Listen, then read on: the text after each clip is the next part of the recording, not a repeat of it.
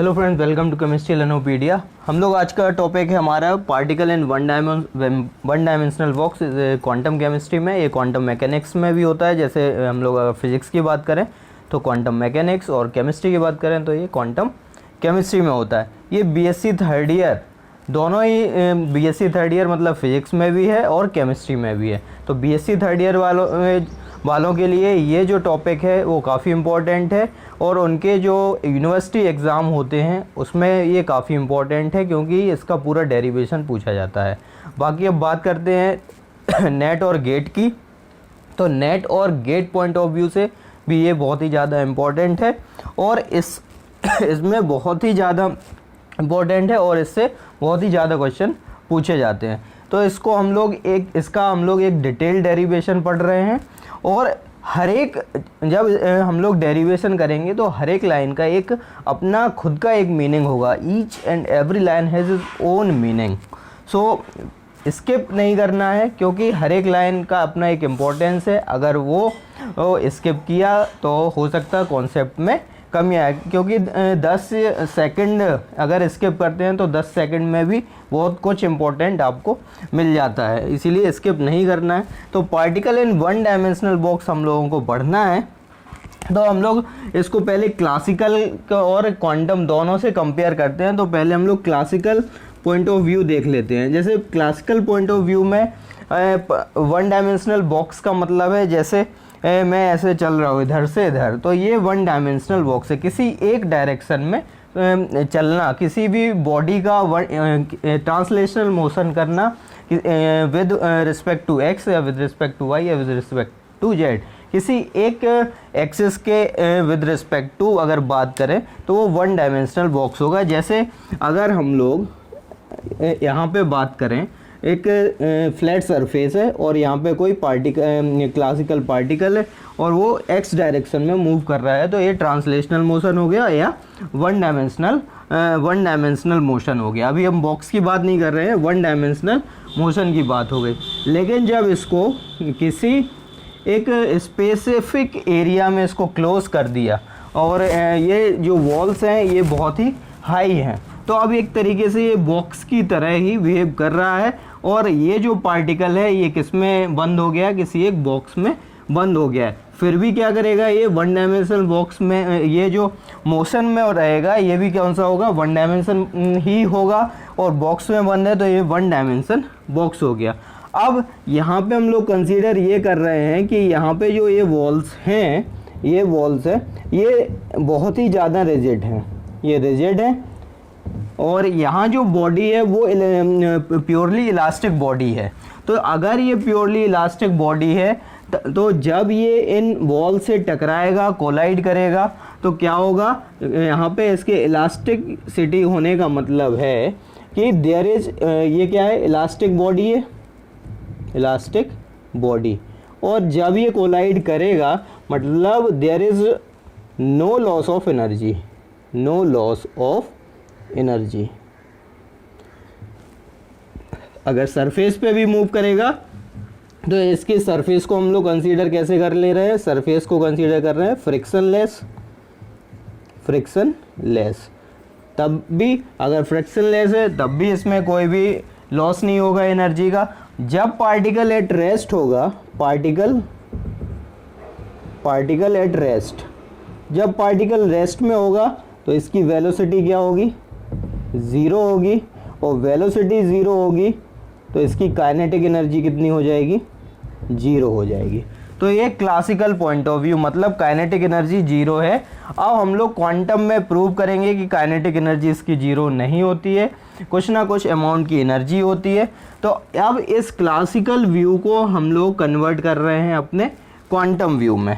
तो quantum view में हम लोगों को देखना है कि ये जो पोटेंशियल वेल हैं, ये पोटेंशियल वेल है, पोटेंशियल वेल का जो एक डायग्राम है वो एक्चुअल में डायग्राम नहीं होता है, वो एक ग्राफ होता है। तो ये एक ग्राफ है और ये पोटेंशियल वेल है Vx, और ये x डायरेक्शन में x एक्सेस है, यहाँ पे कोई पार्टिकल है, ये पार्टिकल हो गया, और इसको बंद कर दिया है, it is confined between x is equal to 0 to x is equal to a। ठीक, तो यहाँ पे वेरिएशन देखना है कि पोटेंशियल का variation with respect to X कैसा है। तो पोटेंशियल पे अगर ये इनफाइनाइट बॉल है, यहाँ पे कंसीडर कर रहे हैं कि यहाँ जो पोटेंशियल है वो इनफाइनाइट है, यहाँ जो पोटेंशियल है वो इनफाइनाइट है, और यहाँ पे जो पोटेंशियल है वो ज़ीरो है।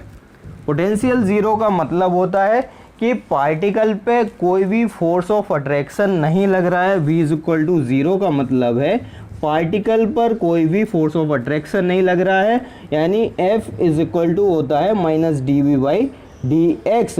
There is no potential gradient. If there is no potential gradient, then there is no force of attraction or force of repulsion between x is equal to 0 to x is equal to a. Okay, अब बात आती है कि जब ये इस पे कोई भी फोर्स ऑफ अट्रैक्शन नहीं है तब हम लोग इस पार्टिकल को कह सकते हैं फ्री पार्टिकल।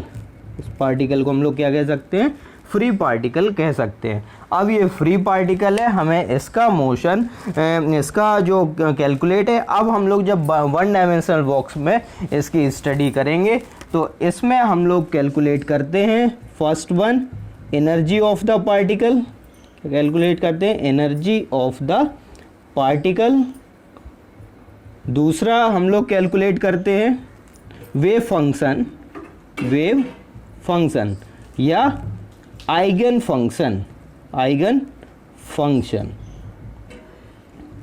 फंक्शन इसके लिए क्या होगा, हम लोग दो चीज़ों को कैलकुलेट करते हैं। तो हम लोग अपने डेरिवेशन पे चलते हैं कि इसका एक्चुअल मीनिंग क्या है। तो मैथमेटिकल फॉर्म में अगर हम लोग इसको लिखें कि तो मैथमेटिकल फॉर्म में क्या लिख सकते हैं इसको?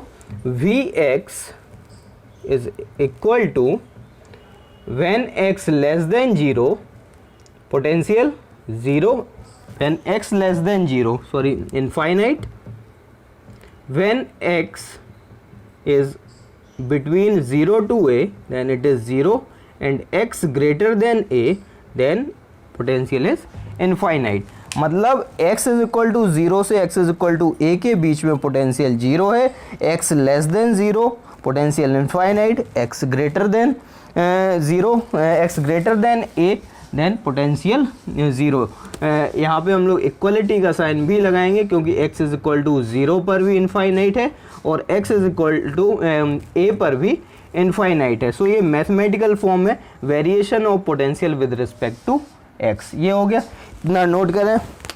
अब हम लोग इसको कैलकुलेट करना है तो हम लोग चलते हैं श्रोडिंगर वेव इक्वेशन पे, क्योंकि क्वांटम पढ़ रहे हैं तो क्वांटम में हम लोगों को श्रोडिंगर वेव इक्वेशन आना चाहिए, और उसी से वो ये जो particle in one dimensional box है वो श्रोडिंगर वेव इक्वेशन का एप्लीकेशन भी है।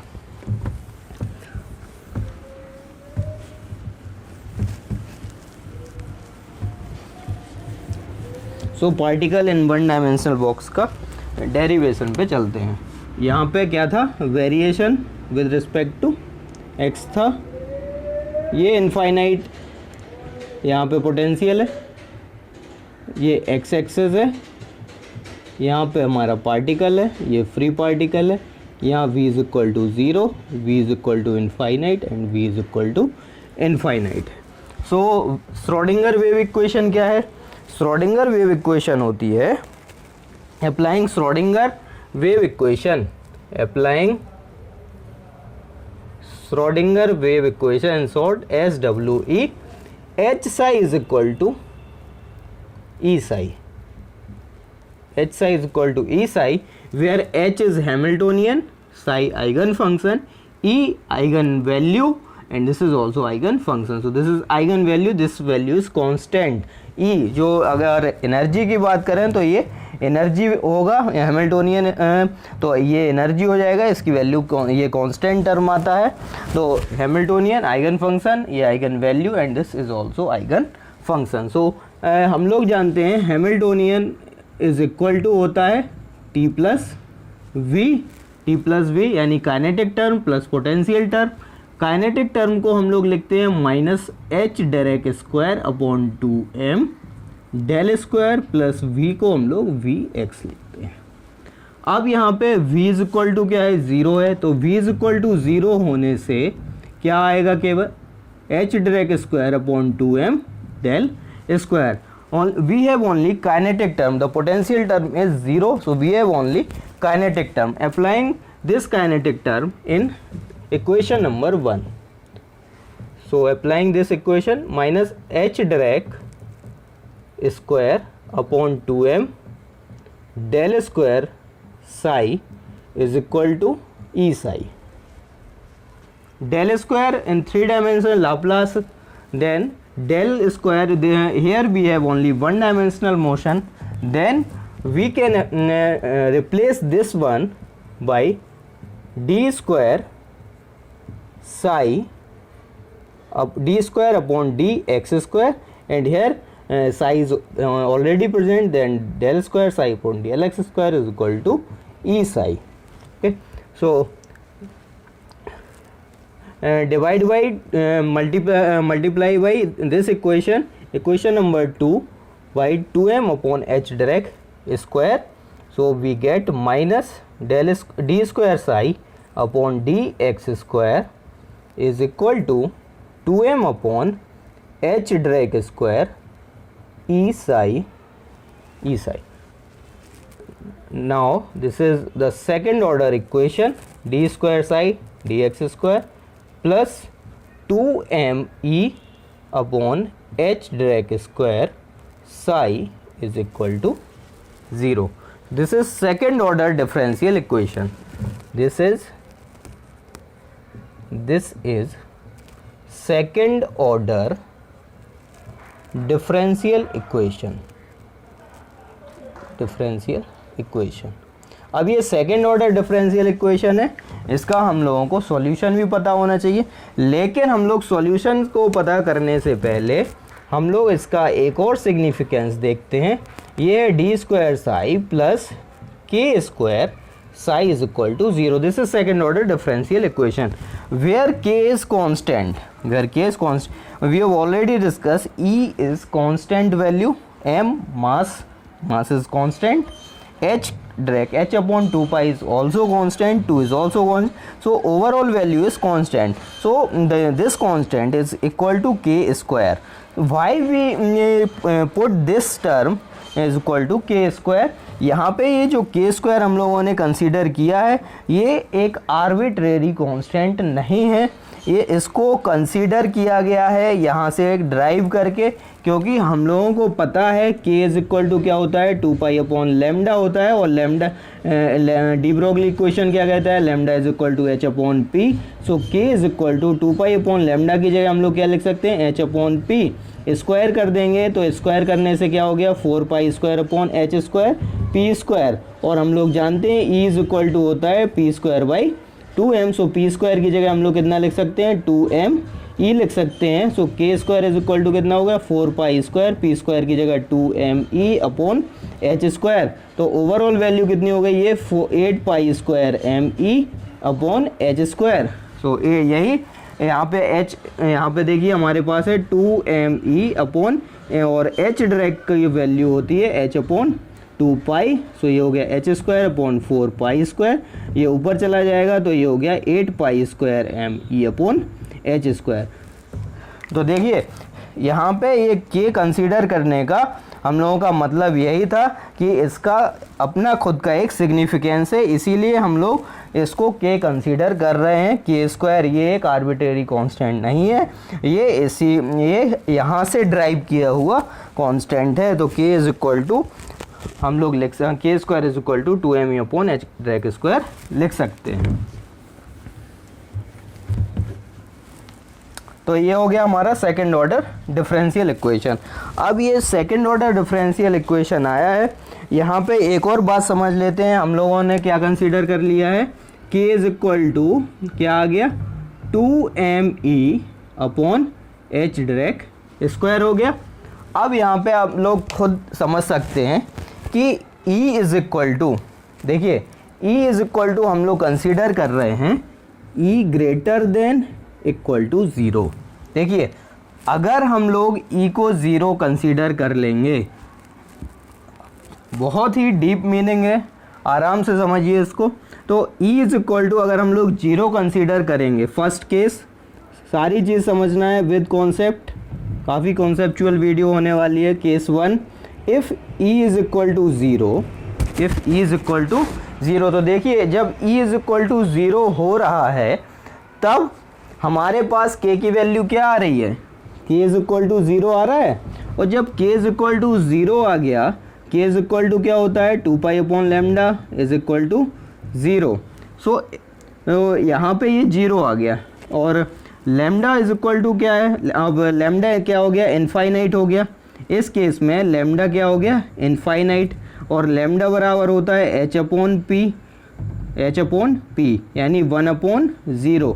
सो p इक्वल टू क्या हो गया, ज़ीरो हो गया। p का मतलब है p इक्वल टू ज़ीरो हो गया, इसका मतलब है एनर्जी ज़ीरो हो गई, लेकिन ऐसा नहीं होता है। ये देखिए लैम्डा इमेजनरी हो, यहाँ पे अगर हम लोग जीरो कंसीडर कर लेंगे तो जीरो कंसीडर करने से क्या हो रहा है, एनर्जी जीरो हो रही है। एनर्जी ये भी जीरो था, अब हम लोग इसको आगे प्रूव करेंगे कि एनर्जी जीरो नहीं होती है। सेकंड केस है, अगर हम लोग E less than zero consider करें तो ये स्क्वायर रूट के अंदर है, और स्क्वायर रूट के अंदर अगर कोई इमेजनरी कोई लेस देन वैल्यू मतलब जीरो से कम वैल्यू आती है, उसका मतलब है ये इमेजनरी हो जाएगा। और K इमेजनरी होने का मतलब है लैम्डा इमेजनरी हो गया। लैम्डा इमेजनरी होने का मतलब है कोई भी वेव नहीं है, जबकि क्वांटम में वेव का अपना एक खुद का सिग्निफिकेंस होता है। तो अब अगर सिग्निफिकेंस ही नहीं होगा तो इसको पढ़ने का कोई मतलब नहीं होगा। इसका मतलब है कि एनर्जी ज़ीरो नहीं हो सकती है और एनर्जी नेगेटिव नहीं हो सकती है। सो ये कॉन्सेप्ट हो गया। अब हम लोग सॉल्यूशन पे चलते हैं कि इसका सॉल्यूशन क्या होना चाहिए। तो सॉल्यूशन क्या होना चाहिए, ये सेकंड ऑर्डर डिफरेंशियल इक्वेशन है, तो solution of second order differential, solution of second order differential equation, इसको हम लोगों ने इक्वेशन 2 बोला था, ये हो गया इक्वेशन 3, ये हो गया इक्वेशन 4। सो सॉल्यूशन हो गया इसका psi is equal to a cos kx plus b sin kx, ठीक, ये हो गया psi is equal to a cos kx plus b sin x। अब यहाँ पे a and b arbitrary constant है, a and b are arbitrary constant, arbitrary constant because x की value जब हम लोग चेंज करेंगे तो साई चेंज होगा, और यहाँ पे साई चेंज होने से उसका एम्पलीट्यूड भी चेंज हो सकता है, ये एम्पलीट्यूड कहलाते हैं। एम्पलीट्यूड चेंज हो सकता है, यानी अगर हम लोग x की वैल्यू वेरी कराएंगे तो एम्पलीट्यूड भी वेरी करेगा, इसीलिए क्या हो गया, ये आर्बिट्रेरी कांस्टेंट हो गए हैं, ठीक। तो अब ये कि यही क्यों कंसीडर किया, तो जब हम लोग इसका डबल डेरिवेटिव करेंगे और इस यहाँ से वैल्यू रखेंगे तो ये वैल्यू सेटिस्फाई कर जाएगी। तो हमारे पास जो सॉल्यूशन आए वो साइज इक्वल टू क्या हो गया, a cos kx plus b sin x हो गया, ये हो गया। अब हमें इसका सॉल्यूशन देखना है कि सॉल्यूशन क्या होगा। तो सॉल्यूशन के लिए हम लोग बाउंड्री कंडीशन अप्लाई करेंगे। तो सॉल्यूशन के लिए क्या अप्लाई करेंगे, boundary condition. For the solution of this side applying boundary condition, applying boundary condition. So boundary condition क्या है हमारे पास, बाउंड्री कंडीशन है कि when x is equal to zero psi is equal to zero. Psi zero है क्योंकि अगर यहाँ पे साई ज़ीरो नहीं होगा मतलब ये है कि यहाँ पे पार्टिकल एग्जिस्ट कर रहा है, और अगर पार्टिकल एग्जिस्ट कर रहा है तो इस पे फोर्स ऑफ अट्रैक्शन आ रहा है, तो हम लोग इसको x is equal to zero और x is equal to zero पे रेस्ट्रिक्ट कर देते हैं, केवल स्टडी करते हैं हम लोग जहाँ पे v is equal to zero है, पोटेंशियल एनर्जी ज़ीरो है। So when x is equal to zero psi is equal to zero, put these two values in equation number, यहाँ पे 4 हो गया था, ये हो गया equation number 5। So x is equal to zero and psi is equal to zero. अब psi की वैल्यू क्या हो गई, zero, a cos k into zero plus b sin k into zero. So zero is equal to a cos zero की value 1, b sin zero की value 0। So यहाँ से a is equal to कितना आ गया, 0 आ गया, a इक्वल टू 0 हो गया। अब हम लोग अप्लाई करेंगे दूसरी boundary condition, x is equal to A पर भी साई की वैल्यू कितनी है, 0 है, at x is equal to A psi is equal to 0। So कितना हो गया, साई की वैल्यू 0 हो गई, ए 0 ऑलरेडी हो गया था, तो हमारे पास फंक्शन क्या बचा था, psi is equal to B sine K, या फिर हम लोग यहाँ भी लिख सकते हैं ए कॉस के इंटू ए प्लस बी साइन के इंटू ए वैल्यू 0 हो गई थी। अब यहाँ से क्या आ गया, B sine K A is equal to 0, so B को भी 0 कर देंगे, तो यहाँ से क्या आ गया, sign K A is equal to 0, sign के इज इक्वल टू 0।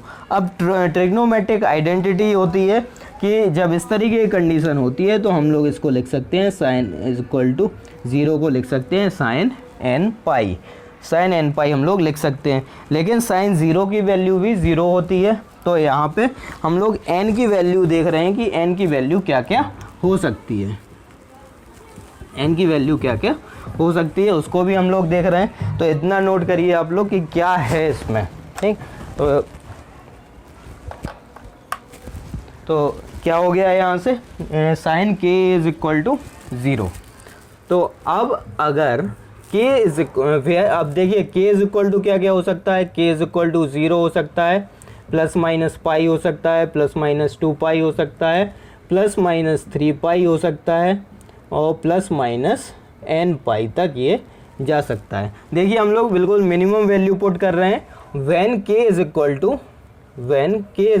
0, जब k की वैल्यू 0 होगी। अब यहाँ पे फिर से देखिए k is equal to 0, 2 pi upon lambda is equal to 0, that implies lambda is equal to infinite, lambda value क्या हो गई, इनफाइनाइट हो गई, lambda is equal to infinite, यानी लैम्डा का इनफाइनाइट होना क्या बताता है, लैम्डा का इनफाइनाइट होना, लैम्डा इनफाइनाइट हो गया, इसका मतलब मोमेंटम 0 हो गया, और मोमेंटम 0, लैम्डा इनफाइनाइट इसका मतलब हुआ मोमेंटम 0 हो गया, मोमेंटम 0 होने का मतलब है E इज इक्वल टू 0 हो गया, जबकि हमारे पास केवल 0 क्या था, पोटेंशियल एनर्जी 0 थी, हैमिल्टोनियन में काइनेटिक एनर्जी टर्म क्या था, minus H direct square upon 2m del square, तो वो काइनेटिक टर्म था और काइनेटिक टर्म 0 नहीं था। यहाँ पे जो एनर्जी है वो 0 हो गई है, तो ये पॉसिबिलिटी नहीं हो सकती है, यानी k इज इक्वल टू 0 हम लोग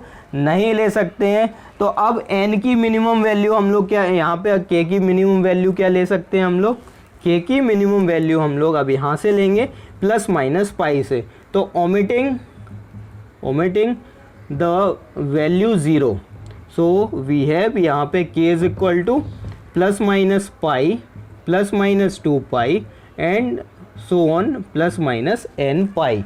अब यहाँ पे हम लोग माइनस साइन को भी ओमिट कर सकते हैं। माइनस साइन को ओमिट कैसे करेंगे, क्योंकि हमारे पास जो यहाँ से अगर हम लोग देखें तो हमारे पास वेव फंक्शन क्या था, साई इज इक्वल टू, यहाँ से देखिए ये तो a की वैल्यू तो 0 हो गई थी, हमारे पास वेव फंक्शन क्या बचा था, psi is equal to B sine के एक्स।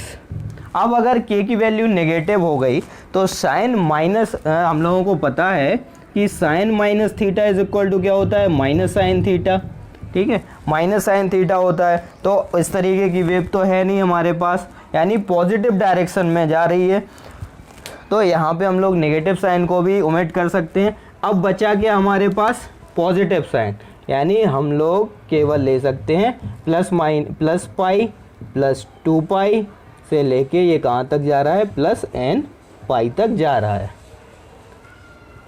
इन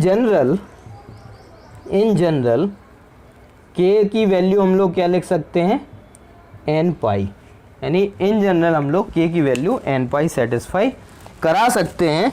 तो k की वैल्यू n पाई सेटिस्फाई हम लोग करा देंगे, इतना नोट करिए आप लोग। मतलब हम लोग ले सकते हैं यहाँ पे जो sign K A is equal to, हम लोग इसको लिख सकते हैं अब साइन n पाई, और यहाँ से के ए इज इक्वल टू क्या आ गया, n पाई आ गया, तो k की वैल्यू क्या आ गई हमारे पास, n pi by a, k की वैल्यू क्या आ गई, sine n pi by a। और पहले हम लोगों को के की वैल्यू क्या पता था, एक तो के की वैल्यू ये हो गई है और एक और के की वैल्यू क्या थी हमारे पास प्रीवियस सेक्शन में 2me/h डायरेक्ट स्क्वायर ये था। अब इन दोनों को हम लोग कंपेयर कर देंगे। तो कंपेयर जब करेंगे तो इसमें हम लोग लिख देंगे कि कैलकुलेशन ऑफ एनर्जी। जब ये करेंगे तो क्या लिख देंगे, calculation of energy. Now come to the calculation of energy. Calculation of energy, आइए calculation of energy. So K is equal to क्या है हमारे पास सॉल्यूशन से, K is equal to n/a and initial हम लोगों ने क्या कंसीडर किया था, K is equal to 2me/h direct square. So compare both quantity. So n/a is equal to √2me/h direct square, squaring both side. So n square pi square upon a square is equal to 2me/h direct square. h direct is equal to h/2 put कर देंगे। So n square pi square upon a square is equal to 2me/h square. ये ऊपर पलट के पहुंच गया तो 4 pi square से पाई स्क्वायर कैंसिल हो गया। n square upon a square is equal to 8me/h drag, sorry अब ये h ड्रैग ना होके h स्क्वायर प्लैंक कांस्टेंट हो गया। अब एनर्जी की वैल्यू यहाँ से कितना आ गया, एनर्जी की value En is equal to हो गया n square h square upon 8ma square, where a क्या है, लेंथ ऑफ द बॉक्स। तो जनरल एनर्जी की वैल्यू क्या आ गई, En is equal to 8ma square आ गई, 8ma स्क्वायर। अब देखिए यहाँ पे हम लोगों ने जो n की वैल्यू कंसीडर की थी, सॉरी वहाँ पे हम लोगों ने क्या था, k था। हाँ तो अब यहाँ पे हम लोग n इज इक्वल टू देखिए क्या नहीं ले सकते हैं, ज़ीरो नहीं ले सकते हैं। अभी प्रूव कर चुके थे कि अगर n जीरो होगा तो k जीरो होगा, k जीरो होगा तो लैम्डा इनफाइनाइट होगा, लैम्डा इनफाइनाइट होगा तो p जीरो होगा, p जीरो होगा तो e जीरो होगा। तो ये हमें नहीं देखना। यानी n की मिनिमम वैल्यू अब कितनी हो सकती है, n की मिनिमम वैल्यू 1 हो सकती है, 2 हो सकती है, n की मिनिमम वैल्यू 1 हो सकती है and overall value 1 2 3 two n तक ये जा सकता है। So minimum energy of n is 1। So applying 1 यानी E1 इज इक्वल टू क्या हो गया, h square upon 8ma square. Very important, ये कहलाता है जीरो पॉइंट एनर्जी। यानी मिनिमम एनर्जी क्या निकल के आई particle in one dimension box की, E is equal to h square upon 8ma square. इसका मतलब ये कहलाती है zero point energy. Zero point energy यानी कुछ ना कुछ अमाउंट एनर्जी है। जीरो पॉइंट एनर्जी का मतलब एक और है कि मास या electron is not at rest at 0 kelvin. Electron is not at rest at 0 kelvin. 0 kelvin यानी 0 केल्विन पर भी इलेक्ट्रॉन रेस्ट पे नहीं है, कुछ ना कुछ उसमें वाइब्रेशन मोशन या मोशन हो रहा है, जिस वजह से ये एनर्जी आ रही है और ये एनर्जी जीरो नहीं है। हम लोगों ने क्लासिकल में देखा था कि अगर रेस्ट पे है तो एनर्जी जीरो हो जाएगी और एनर्जी जीरो हो जाएगी, लेकिन यहाँ पे 0 केल्विन पर भी रेस्ट में नहीं आता है, कुछ ना कुछ उसमें मोशन होता है और जिस वजह से उसमें कुछ एनर्जी होती है। तो energy at 0 kelvin is called zero point energy and is value is E is equal to h upon 8ma square. ठीक है, तो क्लासिकल और क्वांटम का मतलब समझ में आ गया। अब यहाँ जो ये रीज़न निकलता है वो हाइजेनबर्ग अनसर्टेनिटी प्रिंसिपल के अकॉर्डिंग आता है। तो अगर हम लोगों ने सबसे अपनी अनसर्टेनिटी मैक्सिमम कंसीडर कर ली, मैक्सिमम कंसीडर का मतलब है अनसर्टेनिटी इतनी मैक्सिमम होती नहीं है, लेकिन हम लोगों ने कंसीडर कर ली कि इस बॉक्स की लेंथ के बराबर इसके पोजीशन में अनसर्टेनिटी है। तो uncertainty delta X delta P is equal to क्या होता है, h अपॉन 2, h ड्रैग अपॉन 2। ये अनसर्टेनिटी प्रिंसिपल है। तो अगर ये मैक्सिमम अनसर्टेनिटी है तो इसके मोमेंटम में अनसर्टेनिटी क्या हो जाएगा, h ड्रैग अपॉन 2 है। अनसर्टेनिटी बहुत कम होगी लेकिन कुछ तो होगी। तो मोमेंटम यहाँ पे नॉन जीरो आ गया, मोमेंटम नॉन जीरो आ गया, इसका मतलब एनर्जी भी नॉन जीरो होगी। इतनी बात समझ में आई। तो हम लोगों को 0 पॉइंट एनर्जी में क्या लिखना है कि energy at 0 kelvin is called 0 point energy, electron is not at rest at 0 kelvin, और it is also we can conclude from Heisenberg uncertainty principle, that is if the uncertainty is maximum delta x is equal to a, then delta x dot delta p यानी delta p minimum small amount, तो we have a small amount of momentum that cannot be zero, so energy cannot be zero। so यहाँ से हम लोगों ने prove भी कर लिया कि क्लासिकल और क्वांटम में, क्लासिकल में ज़ीरो होता है, क्वांटम में ज़ीरो नहीं होता है। तो एनर्जी हम लोगों ने कैलकुलेट कर लिए। अब एनर्जी के हम लोग एनर्जी लेवल्स पे चलते हैं। तो हमारा एग्जांपल जो 0 केल्विन वाला है वो हीलियम का है। जैसे हीलियम को अगर हम लोग 0.001 केल्विन तक लेके भी चले जाएं तो भी वो अपना मतलब वो सॉलिड फॉर्म में कन्वर्ट नहीं होता है, लिक्विड फॉर्म में ही होता है। इससे कंक्लूड निकाल सकते हैं हम लोग कि पार्टिकल रेस्ट में नहीं होता है, यानी हीलियम का जो एटम होता है वो उसमें सॉलिड फॉर्म में कन्वर्ट होने की टेंडेंसी नहीं आती है। अब हम लोग एनर्जी पर देख चलते हैं। E n is equal to क्या, n square h square upon 8ma²। हम लोग एनर्जी कैलकुलेट करते हैं। N is equal to 1 put करिए तो E1 इज इक्वल टू कितना हो गया, एच स्क्वायर अपॉन 8ma² हो गया। n इज इक्वल टू 2 रखेंगे, E2 इज इक्वल टू कितना हो जाएगा, 4h square upon 8ma²। n is equal to 3 रखेंगे, E3 इज इक्वल टू क्या हो जाएगा, 9h square upon 8ma²। n is equal to 4 रखेंगे, E4 इज इक्वल टू क्या हो जाएगा, 16h square upon 8ma²। n is equal to 5 रखेंगे, E5 क्या हो जाएगा, 25h स्क्वायर अपॉन 8ma²। तो अब यहाँ पे जब हम लोग डिफरेंस लेंगे E2 माइनस E1 का, तो डिफरेंस देखिए E2 माइनस E1 का डिफरेंस, E2 माइनस E1 कितना आ रहा है, 3h square upon 8ma²। Difference लेंगे E3 माइनस E2 का कितना आएगा, 9 minus 4 5h square upon 8ma²। E4 minus E3 लेंगे, E3 7h square upon 8ma²। तो यहाँ से आप लोग देखिए ये तो एनर्जी हो गई है। E1 की वैल्यू कितनी है, ये एनर्जी लेवल डायग्राम है। यहाँ पे हो गया h स्क्वायर अपॉन 8ma², ये हो गया 4h square upon 8ma²। Energy level इसको लिखना है हम लोगों को, 9h square upon 8ma²। E4 हो गया 16h स्क्वायर अपॉन 8ma², ये हो गया 25h स्क्वायर अपॉन 8ma²। तो यहाँ पे जो एनर्जी लेवल्स हैं वो देखिए कंटिन्यूअस नहीं है, डिफरेंस हम लोगों ने लिया है तो 3 5 7 इस तरीके से आ रहा है। यहाँ पे भी देखिए एनर्जी जैसे जैसे n की वैल्यू बढ़ रही है एनर्जी की वैल्यू भी बढ़ रही है, और जो स्पेसिंग है वो भी इनकी बढ़ रही है। हम लोगों ने डिफरेंस लेके देखा तो स्पेसिंग क्या हो रही है, बढ़ रही है स्पेसिंग, यानी ये जो एनर्जी लेवल्स हैं वो इक्वी स्पेस्ड नहीं हैं। यानी इन फर्स्ट पॉइंट यहाँ पे हम लोग क्या लिखेंगे कैलकुलेशन ऑफ एनर्जी के बाद, energy levels are not equi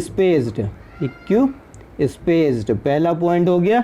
दूसरा है ये किस मैनर में है, डिस्क्रीट मैनर में है, यानी ये डिस्क्रीट मैनर में है, इसको हम लोग कह सकते हैं that is energy is quantized in particle in one dimensional box, energy is quantized, energy क्या है, क्वांटाइज्ड है, ये इक्विस्पेस्ड भी नहीं है। ठीक, तो यहाँ से भी एनर्जी लेवल से कई सारे क्वेश्चन पूछे जाते हैं, नेट में और गेट में, जैम में भी पूछे जाते हैं, BHU एंट्रेंस में भी पूछे जाते हैं। तो ये एनर्जी लेवल का हम लोगों का कॉन्सेप्ट था। इतनी बात समझ में आई। अब हम लोग कैलकुलेट करेंगे अपने वेव फंक्शन को, तो इतना नोट कर लीजिए, हम लोग वेव फंक्शन को कैलकुलेट करने वाले हैं। Now we calculate eigen function. क्या था आइगन फंक्शन, क्या क्या आया था हमारे पास निकल के, psi is equal to B sine के एक्स। तो हमारे पास वेव फंक्शन तब उतना अच्छा माना जाता है जब वो नॉर्मलाइज होता है। तो हम लोग इसको क्या करेंगे, नॉर्मलाइज करेंगे, नॉर्मलाइजेशन कंडीशन अप्लाई करेंगे। तो साइज इक्वल टू क्या हो गया, बी साइन के एक्स। इसका इमेजनरी रूट हम लोग मान सकते हैं जबकि ये इमेजनरी होता नहीं है, तो बी साइन के एक्स हो गया। Applying normalisation condition, applying normalisation condition, normalisation condition, normalisation condition क्या होती है, psi star D tau is equal to 1। तो हमारे पास साई की वैल्यू कितनी है, बी साइन के एक्स डॉट बी साइन के एक्स इज इक्वल टू 1। और यहाँ पे जो लिमिट होगी हमारी वो होगी 0 टू ए, क्योंकि जो बॉक्स की लेंथ थी वो कितनी थी, कहाँ से कहाँ तक वेरी कर रहा था, 0 टू ए, यानी जो लेंथ थी वो ए है, वेरिएशन था 0 to A. B into B, B square हो गया, और 0 टू ए ये हो गया sine square K X is equal to 1। अब हम लोगों को पता है, देखिए cos 2 theta is equal to होता है 1 माइनस 2 साइन स्क्वायर थीटा। इसको हम लोग लिख सकते हैं 2 sine square theta is equal to 1 minus cos 2 theta, यानी sine square theta is equal to 1 minus cos 2 theta by 2। तो यहाँ पे इसको हम लोग कैसे लिख सकते हैं, 0 to A 1 minus cos 2 K x upon में 2 D X is equal to, यहाँ पे sorry D X D tau होता है लेकिन यहाँ पे होगा D X is equal to 1। तो बी स्क्वायर बाई 2 आगे आ जाएगा बी स्क्वायर बाई 2।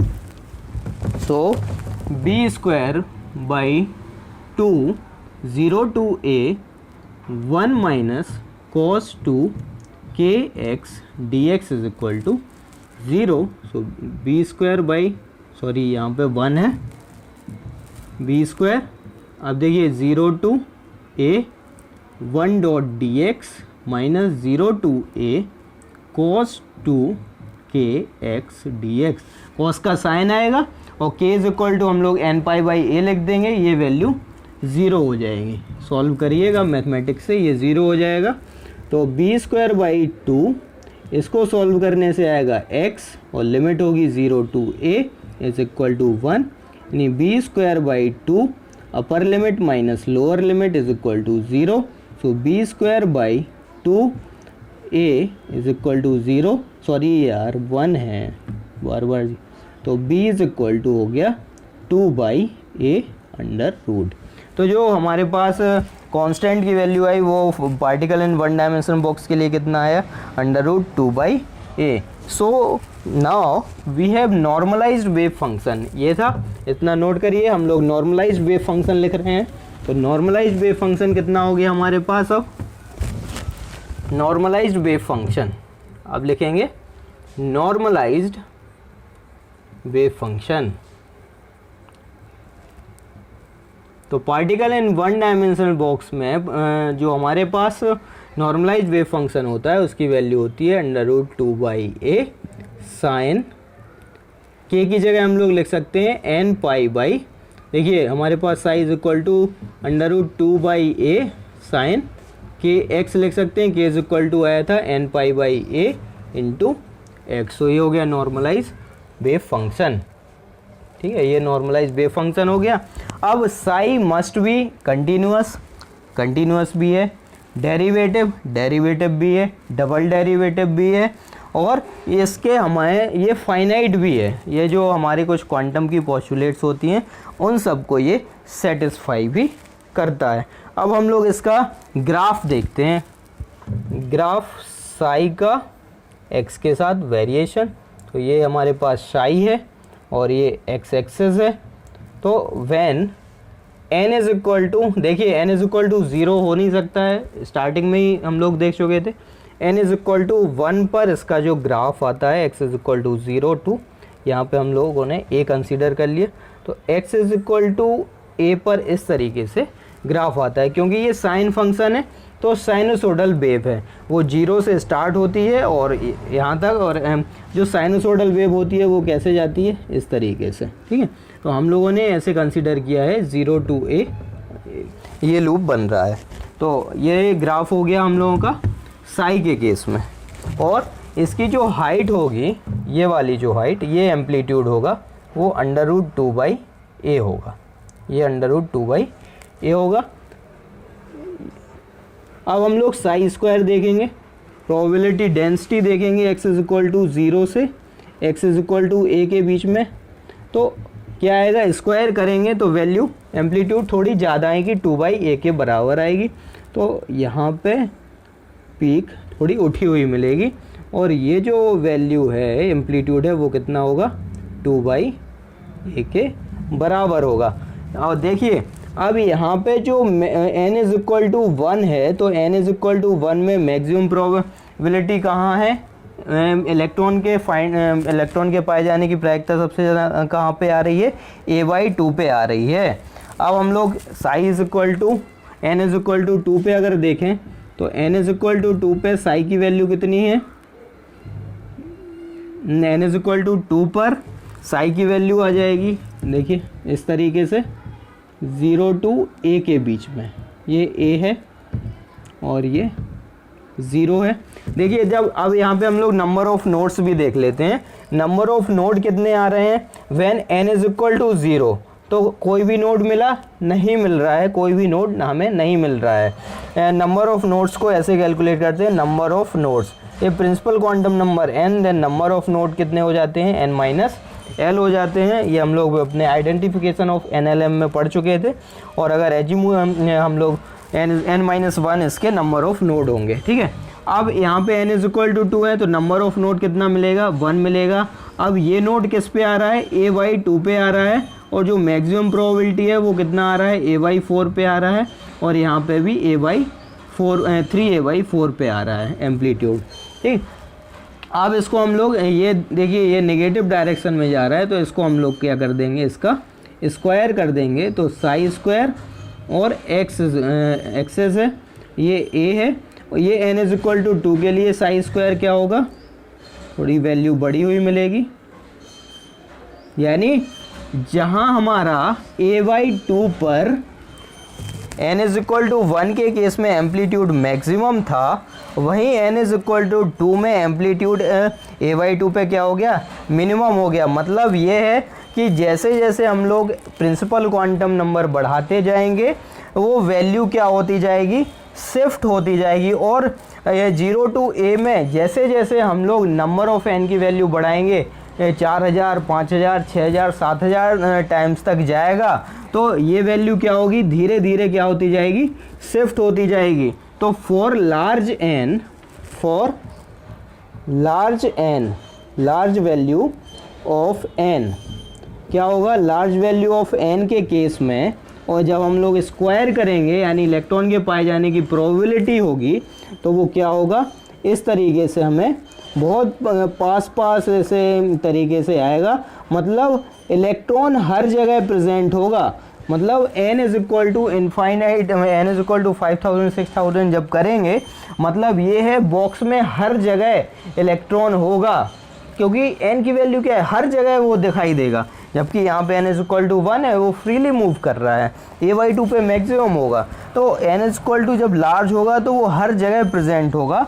और जब देखिए ये पीक है, ये है, और इनको हम लोग डिस्टिंग्विश नहीं कर पाएंगे, तो ग्राफ किस तरीके से मिल रहा है, स्ट्रेट लाइन के तरह बिहेव कर रहा है, x = a और x = 0 के बीच में।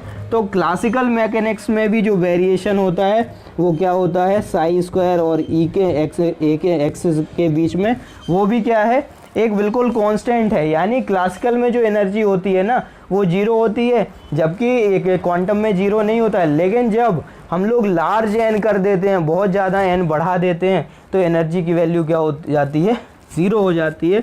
और यहाँ पे भी ये जो ग्राफ है वो कांस्टेंट की तरह बिहेव करने लगता है। मतलब बोर का करेस्पॉन्डेंस प्रिंसिपल कहता है कि for large value of n quantum mechanics reproduces classical mechanics. ये कॉन्सेप्ट सारा इसका particle in one dimensional box का। तो आप लोगों को यहाँ पे नंबर ऑफ़ नोड्स भी बता दिया। अगर नंबर ऑफ़ नोड्स हम लोगों को कैलकुलेट करना है तो नंबर ऑफ़ नोड की वैल्यू क्या हो जाएगी, n-1। n=1 में कोई भी नोड नहीं मिलेगा, n=2 में 1 नोड मिलेगा, n=3 में 2 नोड मिलेंगे, n=4 में 3 नोड मिलेंगे। अब बात आती है फर्स्ट एक्साइटेड स्टेट और first second third excited state से रिलेटेड क्वेश्चन इसमें पूछे जाते हैं। तो हम लोग देखिए n=1 को हम लोग फर्स्ट एक्साइटेड स्टेट नहीं बोलेंगे, n=1 ग्राउंड स्टेट है। हम लोगों ने 0 पॉइंट एनर्जी देखा था, तो ये एनर्जी जब हम लोगों ने पढ़ी हुई थी, ये तो ग्राउंड है। ये n=1 पे एनर्जी क्या थी, h²/8ma²। n=2 पे था 4h²/8ma²। n=3 पे था 9h²/8ma²। This is for n=3 और ऐसे एंड सो ऑन। ठीक है, तो अब यहाँ पे देखिए जो एनर्जी लेवल है वो डिस्क्रीट है और नोड्स, नंबर ऑफ नोड्स भी क्या है, एनर्जी लेवल और नंबर ऑफ नोड्स भी देखना है। तो वेव फंक्शन को जिस तरीके से आ रहे थे, नंबर ऑफ नोड्स ऐसे आ रहे थे। ठीक है, तो यहाँ से आप लोग समझ गए होंगे नंबर ऑफ नोड्स और एनर्जी लेवल्स में क्या डिफरेंस है। ठीक है, इतना समझ में आ गया। तो ये एनर्जी लेवल्स के टर्म में भी हम लोगों ने देख लिया, ये उसको वेव फंक्शन के टर्म में भी देख लिया, और इक्वी स्पेस भी नहीं है ये भी हम लोगों ने देख लिया है। So this is all about for particle in one dimensional box. अगर वीडियो अच्छी लगी हो तो वीडियो को लाइक करें, और जो चैनल पर नए हो तो वो चैनल को सब्सक्राइब करें। Thanks for watching.